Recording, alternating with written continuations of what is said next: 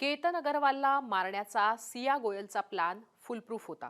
कारण केतनच्या कुटुंबियांनाही केतनचा पाय घसरून तो दरीत पडलाय या सियाच्या फोनवरच्या संभाषणावर विश्वास बसला होता.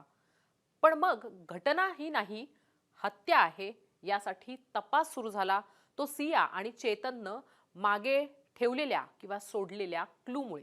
हे क्लू कोणते होते, किती होते, ते 6 क्लू आपण समजून घेणार आहोत या व्हिडिओमध्ये.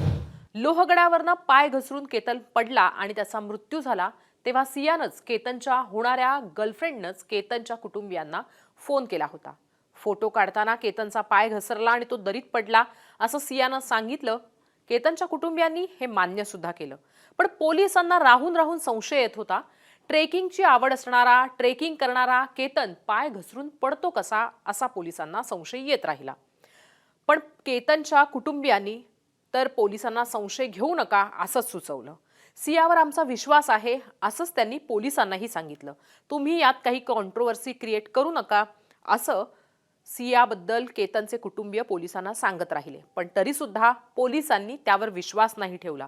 पोलिसांनी विश्वास ठेवला तो त्यांना येणाऱ्या संशयावर. पोलिसांनी जेव्हा केतनचे मित्र आणि परिवारातल्या काहींकडून माहिती घेतली तेव्हा त्यांना कळलं की केतननं याआधीही अनेकदा ट्रेकिंग केलंय. वेगवेगळ्या ठिकाणी त्यानं ट्रेकिंग केलेलं आहे. त्याच्या ट्रेकिंगचा खूप अनुभव चांगला सुद्धा होता. हीच गोष्ट होती की पोलिसांना पहिला संशय आला. त्यांनी केतनचा पाय घसरून मृत्यू झाला हे मान्य केलं नाही आणि हा पहिला संशय ठरला पोलिसांसाठी पहिला क्लू. त्यानंतर पोलिसांनी त्यांच्या इन्स्टिंक्टवर काम करायला सुरुवात केली. पहिल्यांदा त्यांनी फोन तपासले, ज्याच्यामध्ये केतन आणि सिया अशा दोघांचेही फोन होते. पण त्यात सियाचे जेव्हा कॉल रेकॉर्ड पोलिसांनी तपासले त्यातून पोलिसांना मिळाला पुढचा क्लू, जो अत्यंत महत्त्वाचा ठरला. कारण पोलिसांना या सर्व प्रकरणात आणखीन एक व्यक्ती इन्व्हॉल्व असल्याचं कळलं आणि त्यातून नाव समोर आलं चेतन चौधरीचं, सियाच्या बॉयफ्रेंडचं. पोलिसांना आढळलं होतं की जानेवारी आणि जूनमध्ये चेतन चौधरी आणि सियामध्ये साधारण 2000हून अधिक फोन कॉल्स झाले होते.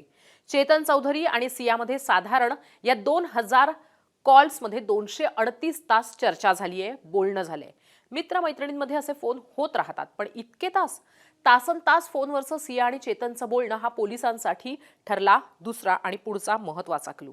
सिया 12वी फेल, त्यामुळे ती परीक्षेचं डिस्कशन, एखादा टॉपिक समजावून घेणं या सगळ्यासाठी फोनवर बोलत होती असंही काही नव्हतं आणि त्यामुळे सियावरचा पोलिसांचा संशय वाढला होता. तिसरा मोठा क्लू पोलिसांना मिळाला, तोही फोनशी संबंधितच होता. चेतन चौधरीच्या फोनशी निगडीत होता. हुशारीनं चेतन चौधरीनं लोहगडावर त्याचा फोन नेला नव्हता. मोबाईल लोकेशन ट्रेसिंग झालं तर त्याच्या मोबाईलच्या लोकेशनवरनं लोहगडावर चेतन त्या दिवशी होता ही बाब उघड होईल आणि म्हणून चेतननं आपला मोबाईल नेणं टाळलं होतं. पण संपर्कासाठी त्याच्याकडे त्याच्या कामगाराचा फोन होता. महत्त्वाचं म्हणजे चेतनचं लोहगडावर फोन न नेणं आणि त्याच दिवशी म्हणजे 18 जूनला त्याच्या मोबाईलचं इंटरनेट सकाळपासून संध्याकाळपर्यंत बंद असणं हा पोलिसांसाठी एक मोठा क्लू ठरला. महत्त्वाचं म्हणजे त्या दिवशी चेतनला येणारे फोन, जो फोन त्यानं त्याच्या दुकानात ठेवला होता तिथं बसलेला कुणीतरी तो फोन उचलत होता, त्यावरचे कॉल रिसीव्ह करत होता आणि हे सुद्धा पोलिसांना खटकलं. म्हणजेच काळजी घेतली होती चेतननं फोन सोबत न नेता लोहगडावर, पण त्याच फोनच्या इंटरनेटमुळे पोलिसांना एक मोठा क्लू मिळाला होता चेतन चौधरीच्या विरोधात. चौथा क्लू होता जो पोलिसांना सापडला सीसीटीव्हीमध्ये. प्रचंड गरमी असताना एक व्यक्ती हुडी घालून संपूर्ण चेहरा झाकून लोहगडावर आली होती. ट्रेकर काळजी घेतात शरीर टॅन होऊ नये म्हणून, पण गड चढताना पूर्ण नाकासह चेहरा कधीच झाकत नाहीत. कारण ट्रेकिंगमध्ये दम लागण्याची शक्यता असते आणि त्यानं त्रास सुद्धा होऊ शकतो. त्यामुळे या हुडीवाल्यावर पोलिसांना संशय होता आणि तो संशय अजून बळावला जेव्हा सीसीटीव्हीमध्ये सिया सारखं मागे वळून पाहत होती. पोलिसांना आढळलं होतं की सिया आणि हा हुडीवाला व्यक्ती यांच्यामध्ये काही इशारेही होत आहेत. म्हणजे सियानं इशारा केला की मागचा हा हुडीवाला व्यक्ती, चेहरा झाकलेला व्यक्ती सुद्धा इशाऱ्यातनं काही उत्तर देतोय. सीसीटीव्हीमध्ये ही गोष्ट पोलिसांना आढळली आणि पोलिसांना आणखीन एक महत्त्वाचा आणि इंटरेस्टिंग क्लू सुद्धा सापडला होता. यावरून पोलिसांचा संशय विश्वासात बसला की सियाच्या मदतीला तिथं गडावर आणखीन कोणीतरी होतं. चेतन आणि सियामधले फोन कॉल्स हा त्यातला एक महत्त्वाचा पुरावा सुद्धा पोलिसांच्या हाती आधी लागला होता.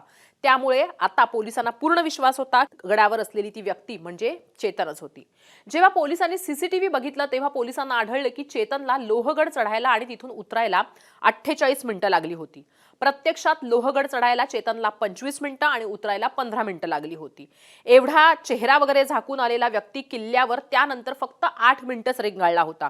ही बाब देखील पोलिसांना संशयास्पद वाटली आणि हा ठरला पोलिसांसाठीचा 5वा क्लू. आता पोलिसांनी सियाचा जसा फोन तपासला तसाच त्यांनी केतनचा म्हणजे सियाच्या होणाऱ्या नवऱ्याचा सुद्धा फोन तपासला आणि त्यांच्या हाती एक मोठा क्लू सापडला.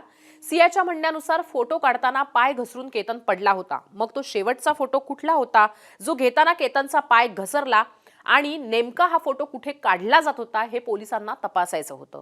पोलिसांनी केतनच्या फोनमध्ये तपासलं तेव्हा पोलिसांना त्यात कोणताही शेवटचा फोटो आढळला नाही. हा 6वा क्लू ठरला पोलिसांच्या हाती लागलेला महत्त्वाचा क्लू. सिया खोटं बोलते हे सांगण्यासाठी देखील हा महत्त्वाचा पुरावा पोलिसांसाठी आहे. काही माध्यमांनी दिलेल्या माहितीनुसार सिया आणि चेतननं त्यांची एक साइन लँग्वेज तयार केली होती. तिथं गडावर केतन असताना सुद्धा बोलण्यासाठीची. केतन आणि सिया सोबत असताना चेतन त्यांच्या अवतीभोवतीच होता. ही बाब सुद्धा उघड झालेली आहे. पोलिसांकडे तशी माहिती सुद्धा आहे. सियाने केतनला सांगितलं होतं की योग्य वेळी ती खाली वाकून बघेल. हाच क्लू असेल केतनला ढकलण्याचा. हाच क्लू असेल केतनला ढकलायचंय याचा.